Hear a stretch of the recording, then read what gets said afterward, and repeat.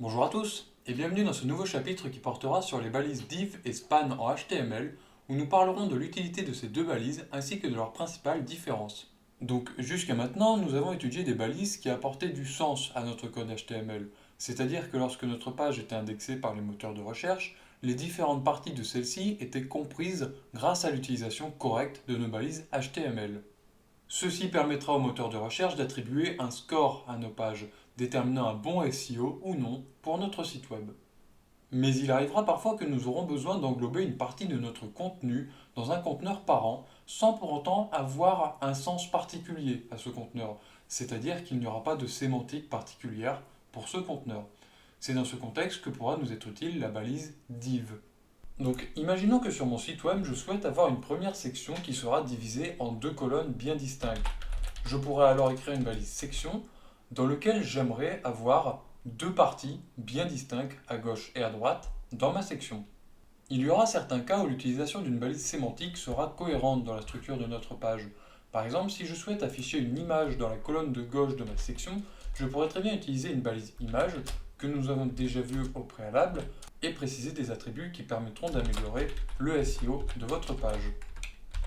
En revanche, si je souhaite afficher dans la colonne de droite de ma section du contenu textuel, qui ne pourra pas être englobé dans une balise sémantique, tout en rendant le tout cohérent, c'est dans ce cas-là que l'utilisation d'une balise div sera pratique et efficace, car cela me permettra de regrouper des éléments dans un conteneur, donc de pouvoir plus tard styliser ce conteneur en CSS sans donner une mauvaise sémantique à mon site web. Je pourrais ainsi dans ma balise div insérer des éléments de texte que nous avons vus plus tôt dans ce cours afin de compléter le contenu de ma colonne de droite. Enfin, afin d'avoir mes deux colonnes bien distinctes, je pourrais apporter du style CSS pour correctement définir mes deux colonnes au sein de ma section, en faisant cela dans une balise style intégrée dans notre page HTML.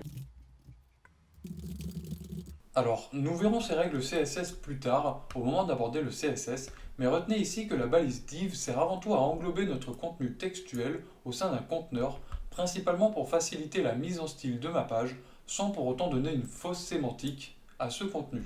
Par exemple, je pourrais également imaginer que si je souhaite afficher la date de la publication du contenu sur la même ligne que le titre, je pourrais alors englober à la fois le titre et la date de publication dans une balise div afin de styliser correctement mon contenu. Pour cela, on pourra alors englober d'abord notre titre dans une balise div dans laquelle nous ajouterons une ligne afin de préciser la date de publication de notre article. Et c'est alors en CSS que nous pourrons styliser notre contenu afin de tout avoir sur une même ligne. Mais retenez bien que la balise sert donc à englober le contenu de façon générique et non pas de façon sémantique.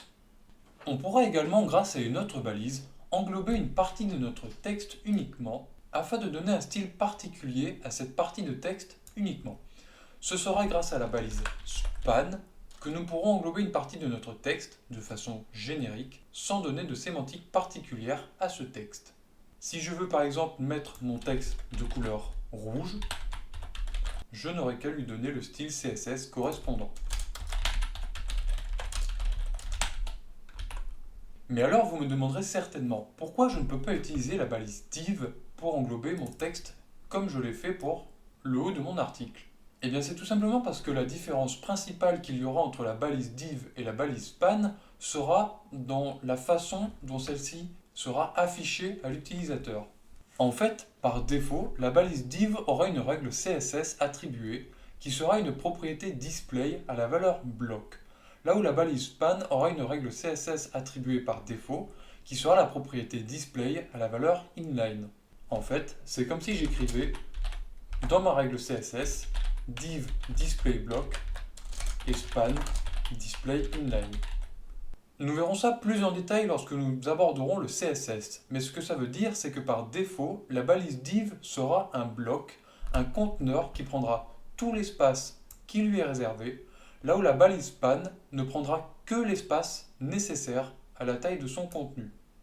Pour illustrer, on va mettre une couleur de fond à nos deux nouvelles balises afin de bien voir la différence et on va les interchanger pour voir ce qui change. Vous voyez ici que la balise div va s'étaler sur toute la longueur de la ligne En fait, elle va prendre tout l'espace qu'il est possible pour elle de prendre dans son conteneur. Le conteneur qui est, rappelons-le, le premier div que nous avons créé. Là où le span ne prendra que sa taille nécessaire, donc la taille du texte. Si on venait à remplacer la balise span par la balise div, on verra que celle-ci va se mettre sur une nouvelle ligne et occuper tout l'espace qu'il lui est possible de prendre.